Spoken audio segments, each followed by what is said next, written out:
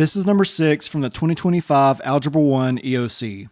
It says the table represents some points on the graph of linear function f. What is the equation of function f in slope-intercept form? So slope-intercept form is y equals mx plus b, where m is the slope and b is the y-intercept. So to start off, we're going to find the slope by using two of these ordered pairs, and the slope formula is m equals y2 minus y1 over x2 minus x1. So I'll just go ahead and label my points x1, y1, and x2, y2. And so now we just have to plug in the numbers that we see. So we're going to have -4 minus -10 over -2 minus -6. And so because we have minus a negative on both the numerator and the denominator, we can rewrite those as -4 plus 10 and -2 plus 6. So -4 plus 10 is positive 6 over -2 plus 6 is positive 4. So 6 over 4 can be reduced to 3 over 2.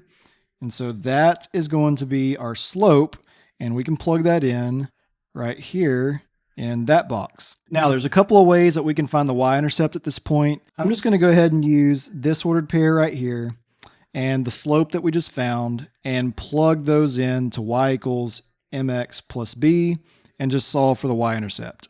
So my y value is going to be -4 is equal to the slope, which is 3 over 2, and then our x value is -2 plus b.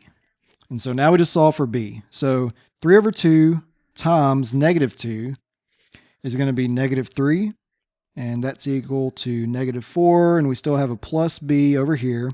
And then to get the b by itself, we have to add 3 to both sides to get -1 is equal to b. So that would be our y-intercept, -1.